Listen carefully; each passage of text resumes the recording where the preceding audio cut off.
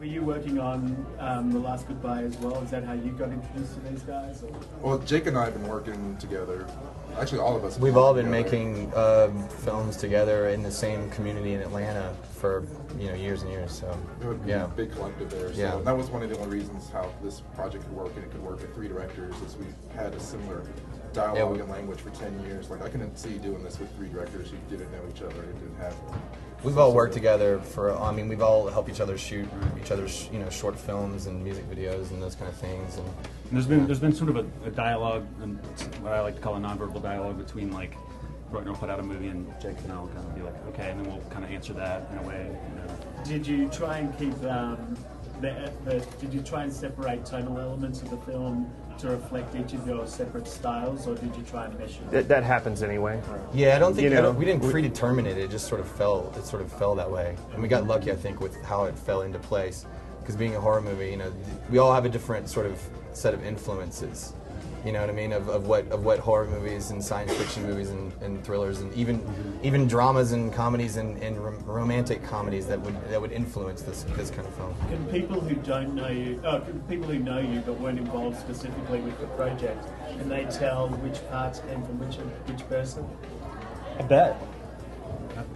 I've heard both. I've heard people say it plays straight through, which really surprises me because I think we all see them as, having glaringly different styles, even though we all kind of had a hand in everything that went on in the film. But some people, I think, will definitely pick up different styles. Yeah. We hope most people watch the movie as one whole movie with one story. And if they want to look deeper, if they really get something out of the film and look deeper at it and find out that there were 3 directors, then maybe they can investigate for themselves like what the differences were, and then go, oh yeah, that's okay. You know what I mean? Just in the same way that you would look at like another director from their earlier work and go, oh, that makes sense how they did that movie.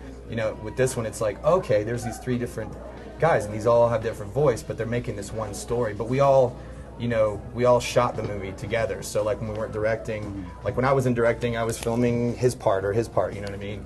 So it has a sort of consistency throughout the whole thing. We had designer elements that were, consistent throughout the movie. And the script was a total, TV writing process. So what was it about Sundance that made you think, okay, I mean, obviously it carries with it a huge weight, just the name, but why specifically Sundance did you seek to have your premiere here, and what does it mean now that you got accepted? I don't think we chose Sundance because we let them short. No, it was kind of an offering to the gods. Yeah. You just go, well, you got to submit to Sundance. I mean, but I didn't. It's a mandatory thing you do as a filmmaker. You just pay your $100 and you waste it, and you move on to the next one. You just get that call and you're like, really? The signal from Atlanta? All right, you guys want it? It really is. It really is an honor in that way because it's. I mean, that's as far as North American film festivals, it's pretty much the one you want to be in. And especially the midnight section which we were in, which is like I think for all of us like really exciting because it keeps us out of having to compete with maybe things that have different subject matter, but keeps it in that realm of sort of like excitement and fun. You know what I mean?